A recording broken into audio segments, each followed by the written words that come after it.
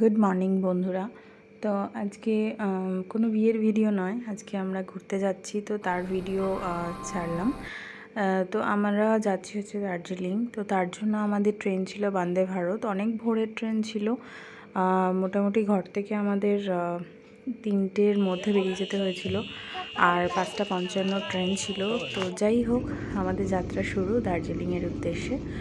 আর বন্দে ভারতে উঠতেই আমাদের চা, বিস্কিট, তার সাথে কিছুক্ষণ পর ব্রেকফাস্ট, সব কিছু মোটামুটি দিয়ে দিয়েছিল। ব্রেকফাস্ট মোটামুটি অ্যাভারেজলি ভালোই ছিল। ব্রেড ছিল, বাটার ছিল, ফ্রুট জুস, সটে ভেজিটেবলস, তো মোটামুটি অ্যাভারেজলি কোয়ালিটিও খুব ভালো ছিল। আর ব্যাস, তারপরে ব্রেকফাস্ট এনজয় করতে করতে আমরা নেচারটাকেও খুব ভালোভাবে এনজয়।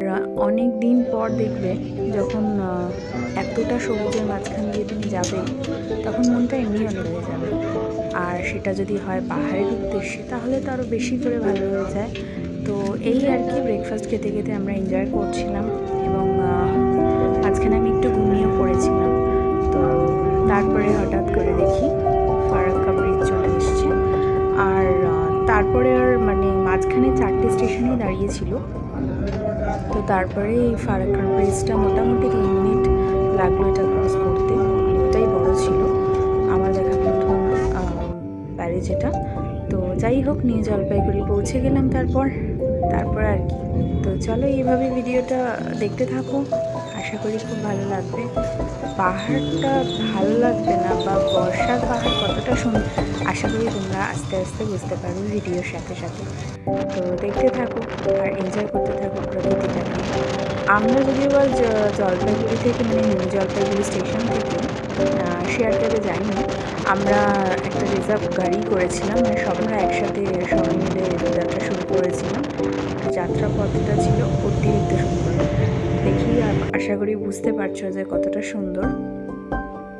রাস্তাটা যেমন সুন্দর, দুধারটাও সবুজের মাঝখান দিয়ে পাহাড়টা অন্যরকমই মজা। তো সেভাবে আমরা যাত্রা শুরু করলাম, এবং হঠাৎ করে প্রকৃতির রূপ বদল, বর্ষা শুরু। ব্যাস, সেই বর্ষাটাকে এবার এনজয়। আর বর্ষা এনজয় করতে করতে দার্জিলিংয়ের মনসুনটা কীরকম হয় সেটাও তো আশা করি আগের ভিডিওগুলোতেও তোমরা দেখতে পাবে, আমি ভিডিও ছাড়বো। বাট আশা করি দেখে পারছো আমি বর্ষাটাকে কতটা এনজয় করছিলাম।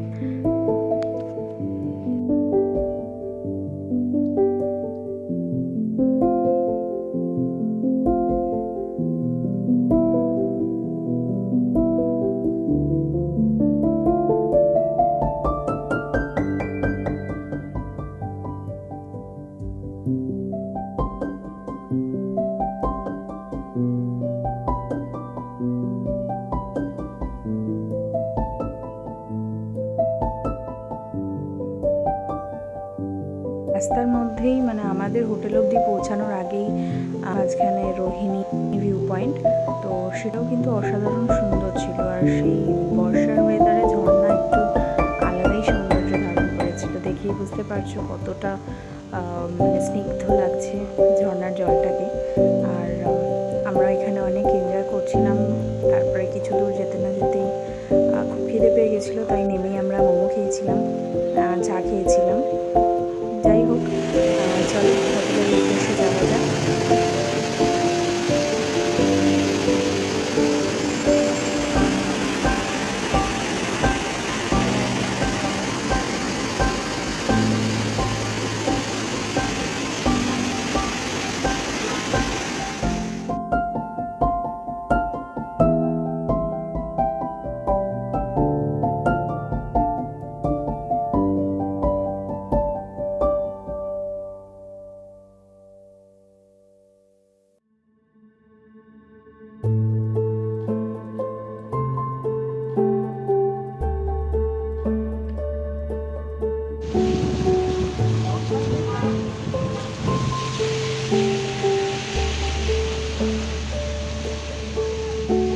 দেখতে দেখতে হোটেলের কাছেও পৌঁছে গেলাম।